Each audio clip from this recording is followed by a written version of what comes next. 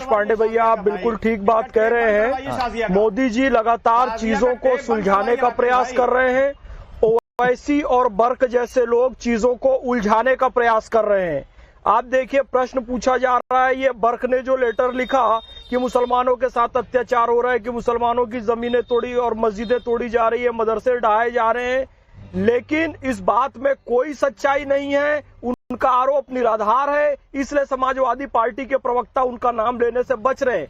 फिर मैं कह रहा हूं, जब कार्रवाई होती है और धर्म स्थलों को यदि वो ठीक ठाक हैं और विकास के रास्ते में बाधा आ रही है तो उनको शिफ्ट किया जाता है, तोड़ा नहीं जाता है। मंदिरों को भी शिफ्ट किया जाता है, मस्जिदों को भी, गुरुद्वारों को भी। लेकिन ये लोग लगातार मुसलमानों को भड़काने के लिए, वोट बैंक की राजनीति के लिए, मुसलमानों को बदवा मजदूर बनाने के लिए लगातार उन्हें भड़काते रहते हैं, शिक्षा में रखे रहते हैं। सरकार ने लेकिन सत्य ये है कि इनकी ये राजनीति अब नहीं चलेगी। नरेंद्र मोदी जी ने कितना अच्छा काम किया।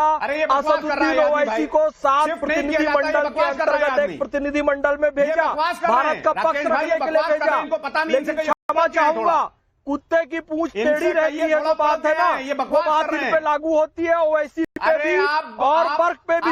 और दोनों ही फिर से अपनी राजनीति में वापस आ गए। मुसलमानों को भड़काओ, देश में दंगे कराओ।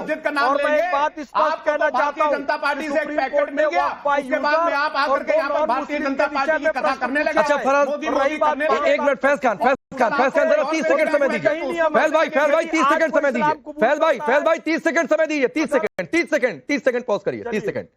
फराज किद भाई, आप मुझे टैगिंग देने पर आए, फैज खान बोलने लगे तो उनको पैकेट मिला, ये आप करने आए। सर, आपको पैकेट कहां से मिल रहा है? आप एमआईएम का पक्ष ले रहे थे तो आपको वहां से पैकेट मिला था क्या? तब आप पक्ष किसी का लें तो आप लोकतंत्र की हिफाजत कर रहे हैं। आप लोकतंत्र की हिफाजत कर रहे हैं, मत किया करिए भाई इस तरीके की बात। ये कौन शादाब आ रहा हूं, इसके बाद रुक जाइए। शादाब आ रहा हूं, गलत फैक्ट दे रहे हैं, इसलिए मैं इंटरवेंशन कर रहा हूं। अरे तो सर, मैं आपसे सही फैक्ट पर पूछता हूं फराज किद भाई।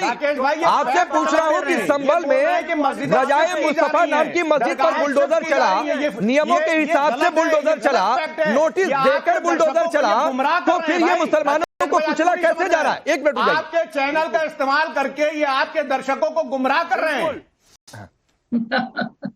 फराज भाई मैं आपसे पूछ रहा हूं, ये AIMIM और समाजवादी पार्टी मुसलमानों का तुष्टीकरण और राजनीति का अपराधीकरण किया है। समाजवादी पार्टी शराब एक मिनट दीजिए। अतीक अहमद को ये लोग टिकट देते हैं, ये लोग मुख्तार अंसारी को टिकट देते हैं, आजम खान जैसे अवैध कब्जा वाले को, राम भक्तों पर ये लोग गोली चलाते हैं, राम के अस्तित्व पर, राम सेतु पर प्रश्न चिन्ह लगाते हैं। समाजवादी पार्टी ने जितनी गुंडाई की है, वो अतीक का बेटा क्या कहता है, बात करके आए वो अखिलेश भैया से, जब तक वो एसपी से बदला नहीं लूंगा उसका ट्रांसफर नहीं होने दूंगा। अरे गुंडे बदमाशों, कुछ तो समझ जाओ, देश विरोधी लोगों से पैकेट लेते हो। 30 सेकंड फराज किद भाई, उसके बाद शादाब आ जाऊंगा। 30 सेकंड फराज किद भाई, मैं फिर अपना पहला सवाल दोहराता हूं। जो बातें फैज खान ने कही, आपको जो कहना होगा जवाब दीजिएगा। संभल में रजाए मुस्तफा पर नियमों के तहत नोटिस देकर बुलडोजर चला, इससे मुसलमान कुचले कैसे जा रहे हैं? सर मुझे समझाइए। मैं आपको समझा रहा हूं। देखिए, आज उत्तर प्रदेश में क्या हो रहा है कि खाली मस्जिदों को ही नोटिस दी जा रही है। मैंने आपकी पिछली डिबेट में कहा था, आज भी बोल रहा हूं, आप एक काम करिए, अपनी टीम लेकर के लखनऊ आ जाइए, मैं आपको कितनी इबादत गाहें दिखा दूंगा जो बीच रोड पर बनी हुई है, उनके ऊपर एक्शन क्यों नहीं हो रहा है? तो ये जो सेलेक्टिव, काशी में कॉरिडोर बना, तमाम एक मिनट फैज भाई प्लीज 30 सेकंड मैंने फराज किद भाई को समय दिया था। फैज खान प्लीज मैंने 30 सेकंड फराज किद भाई को दिया था, उनको बोलने दीजिए प्लीज, उनकी बात आने दीजिए। बोलिए फराज किद भाई। मैं राकेश भाई सिंपल एक बात बोल रहा हूं कि सरकार को देश की और प्रदेश की तरक्की के लिए काम करना चाहिए। तरक्की के बीच में अगर कोई भी इबादतगाह आ रही है तो उसको कानूनी तौर से उसको हटाना चाहिए। लेकिन मैं ये बोल रहा हूं कि खाली मस्जिदें ही बीच में आ रही हैं। आप अपना कैमरा लेकर के लखनऊ आइए, और मैं आपको घुमा देता हूं खाली लखनऊ शहर में कितनी इबादतगाहें ऐसी हैं बीच सड़क पर बनी हुई हैं, घनी आबादी में बनी हुई हैं। फिर मैं बोलूंगा कि अगर हिम्मत हो। फराज भाई अब सुनिए। नहीं सर, मैं आप ही के पास हूं सर, आप ही के पास हूं, रुक जाइए सर। मैं तीसरी बार आपसे एक ही सवाल पूछ रहा हूं और अब की काउंटर ऑन करके पूछ रहा हूं। 30 सेकंड में मुझे समझाइए कि ये सरकारी जमीन पर मस्जिद थी, नोटिस देकर बुलडोजर चला, नियमों के तहत चला, तो ये मुसलमान कुचले कैसे जा रहे हैं? मैं तीसरी बार आपसे पूछ रहा हूं, आप अपने सांसद पर नहीं बोल पा रहे हैं, या तो बोल दीजिए कि सांसद ने गलत बोला। मैं तीसरी बार बोल रहा हूं कि हमारे सांसद जो बोल रहे हैं कि इस देश के मुसलमानों के साथ, इस प्रदेश के मुसलमानों के साथ जो अत्याचार हो रहा है, उसमें मैं आगे बढ़ करके बोल रहा हूं कि ना सिर्फ मुसलमानों के साथ, सुनिए, देश के पिछड़ों के साथ, इस देश के दलितों के साथ अत्याचार हो रहा है। आज इस देश का पिछड़ा के ऊपर पेशाब करके उसका शुद्धिकरण वाली मस्जिद पर बोलिए फराज किदवई, उसको पीटा जा रहा है, मैं चैलेंज कर रहा हूं। काटा जा रहा है। संभल में रजाए मुस्तफा, देश का पिछड़ा, संभल में रजाए मुस्तफा मस्जिद पर बुलडोजर चला, मुसलमान कैसे कुचले गए? आपके सांसद ने कहा है, दोबारा मत कहिएगा, मैं समय नहीं देता हूं, देश देख रहा है आपको मैं कितना समय दे रहा हूं।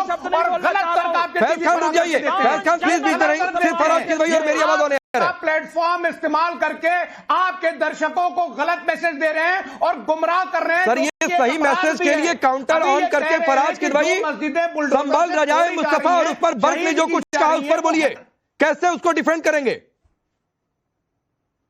मैं तो बोल रहा हूं, बर्क साहब जो बोल रहे हैं वो सही बोल रहे हैं। अच्छा? उन्होंने अधूरा बोला। अच्छा? पूरा ये बोलना चाहिए था कि इस देश के मुसलमानों के अलावा दलितों और पिछड़ों के साथ भी बराबर अत्याचार हो रहा है। इस देश के पीड़ित के साथ अत्याचार हो रहा है। इस देश का ओबीसी, इस देश के ओबीसी की शिक्षा काटी जा रही है। इस देश के दलित को जौनपुर में इसलिए पेशाब पिलाया जाता है, उसकी पीट करके हत्या कर दी जाती है। अब रुक जाइए सर, रुक जाइए फराज किदवई, इटावा में जो कुछ हुआ कल उस पर हमने डिबेट किया था, कार्यक्रम किया था, और कोई उसको जस्टिफाई नहीं कर सकता है, कोई उसको जस्टिफाई नहीं कर सकता है। किसी को अधिकार नहीं है किसी के साथ बदसलूकी करने का, और कल उस पर हमने कार्यक्रम किया था। लेकिन देश भी देख रहा है कि करीब 2 मिनट और 2 मिनट के बाद जो निचोड़ निकला है फराज किदवई की बात का, वो निचोड़ ये है, रुक जाइए फराज किदवई, वो निचोड़ ये है कि सरकारी जमीन पर मस्जिद कोई कार्रवाई नहीं, क्योंकि वो एक खास धर्म की है। फराज किदवई ये चाहते हैं, समाजवादी पार्टी ये चाहती है। अब शादाब आप बोलिए जो बोलना चाह रहे थे। बिल्कुल। देखिए, 2 पॉइंट्स तो मेरे शाजिया जी से हैं कि 2009 में बीजेपी का जो मैनिफेस्टो था उसमें ये कहा गया था कि वक्फ की जमीनों जो जिस पे सरकार ने कब्जा किया उनको मुक्त कराया जाएगा। ये बीजेपी का मैनिफेस्टो था 2009 का। 2013 में जब कानून लाया गया वक्फ का अमेंडमेंट एक्ट, तो उसमें इन्होंने समर्थन किया था। तो 2009 में मैनिफेस्टो में कोई ऐसी चीज नहीं थी। आपसे ये सवाल है शादाब, नहीं शादाब, आप बताइए क्यों आप यहाँ पे बदमाशी और गुंडागर्दी हो रही है और मुसलमानों को? अच्छा, मैं सिंपल कर देता हूँ, 30 सेकंड शादाब आप बोल लीजिए, फिर 30 सेकंड शादाब आप बोल लीजिएगा, काउंटर कर दीजिएगा। 30 सेकंड का समय दीजिए। अब नहीं, हाल ये हो चुका है, अगर एक तरफ तो शाजिया 30 सेकंड दीजिए, 30 सेकंड के बाद मैं तुरंत आ रहा हूँ, मैं घड़ी देख रहा हूँ, 30 सेकंड के बाद आपके पास आ रहा हूँ, प्लीज 30 सेकंड के खिलाफ क्यों इतने हैं?